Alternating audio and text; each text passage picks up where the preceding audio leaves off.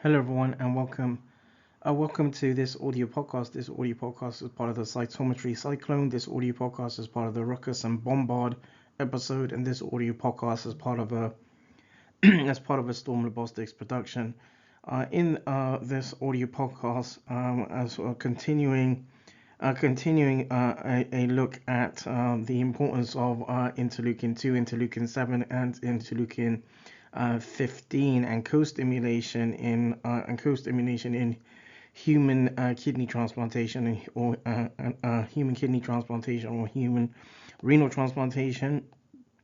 And so in in other investigations, in other laboratory investigations, peripheral blood mononuclear cells or PBMCs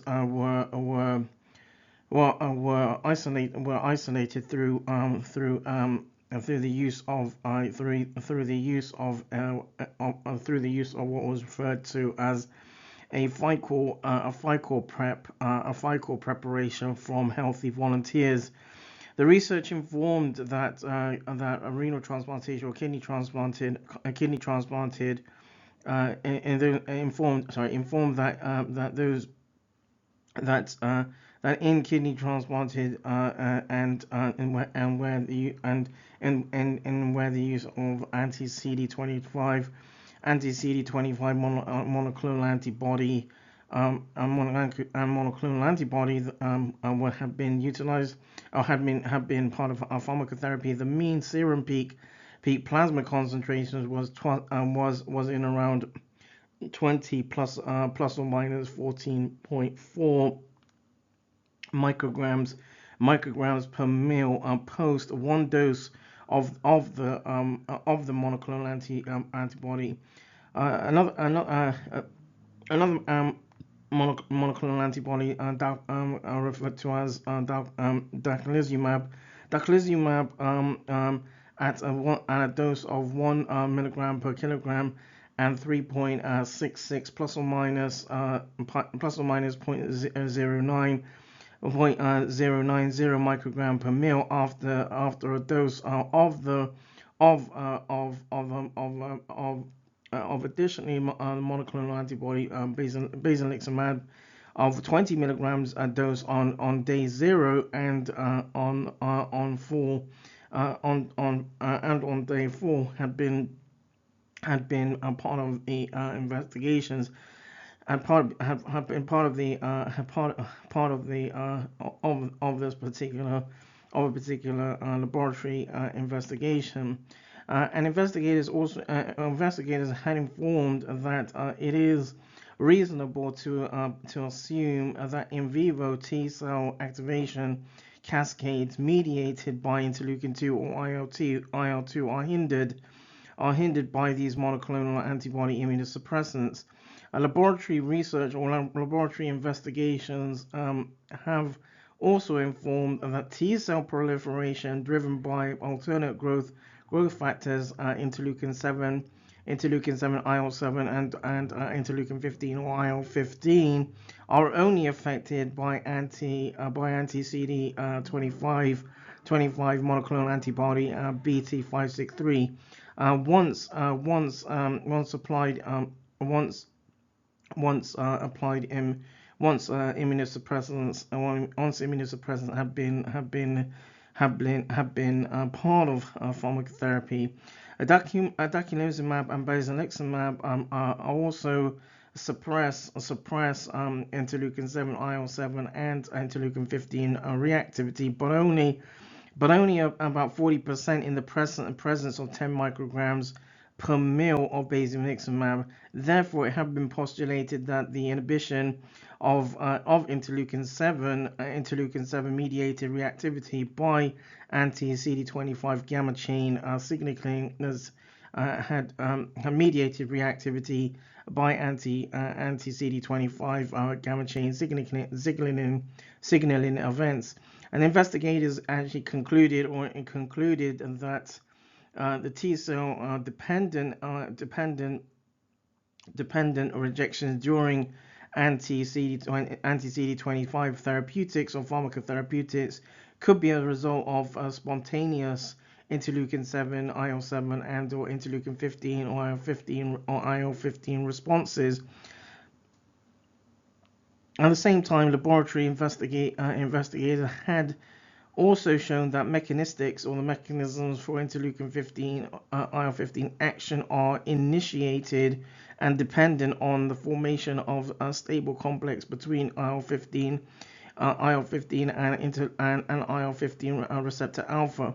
Investigators had highlighted that interleukin 15 receptor alpha mediates a transendosomal recycling of interleukin 15 IL-15, thereby leading to persistence of interleukin 15 signaling even after cytokine withdrawal, from the cytokine medium in as part of laboratory investigations. And so the investigators in works had shown or demonstrated that normal CD8 positive T cells transferred into interleukin 15 receptor alpha in knockout murine or mice investigations, which had lost their proliferative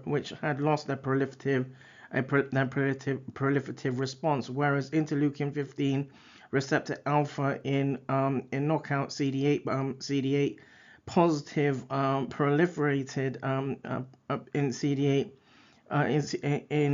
whereas interleukin 15 receptor alpha knockout CD8 positive positive cells had proliferated in a normal host atmosphere.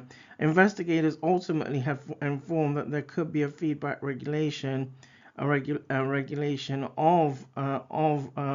interleukin 15 production mediated by interleukin 15 receptor alpha.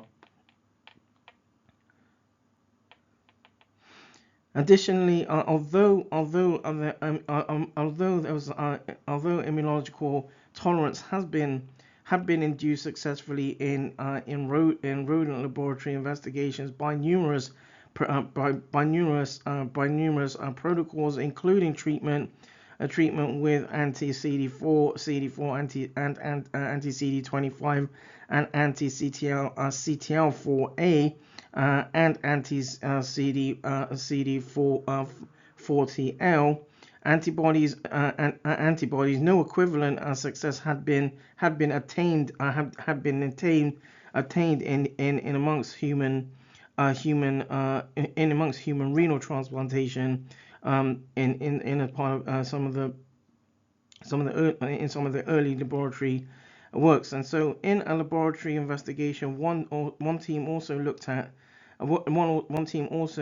to critically understand the role of CD28 and CD40 ligand co-stimulation and common gamma chain signals, a shared signaling component by receptors for all T cell growth factors in activation and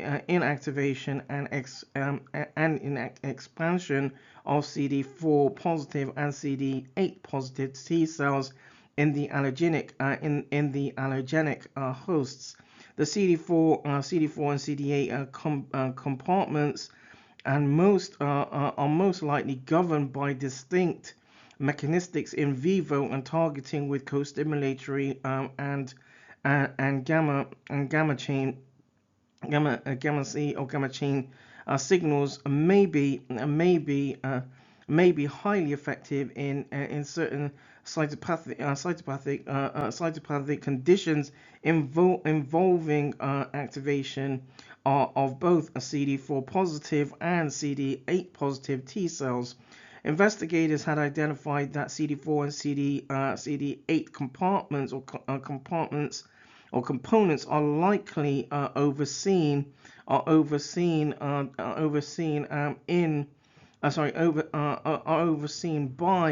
by distinct mechanisms in vivo, and targeting both co-stimulatory and gamma signals may be effective in certain conditions involving initiation of both CD4 positive and CD8 positive T cells.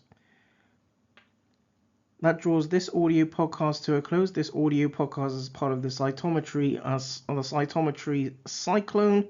This audio podcast is part of a Rakas and Bombard episode, and this audio podcast is part of a Storm Logistics production.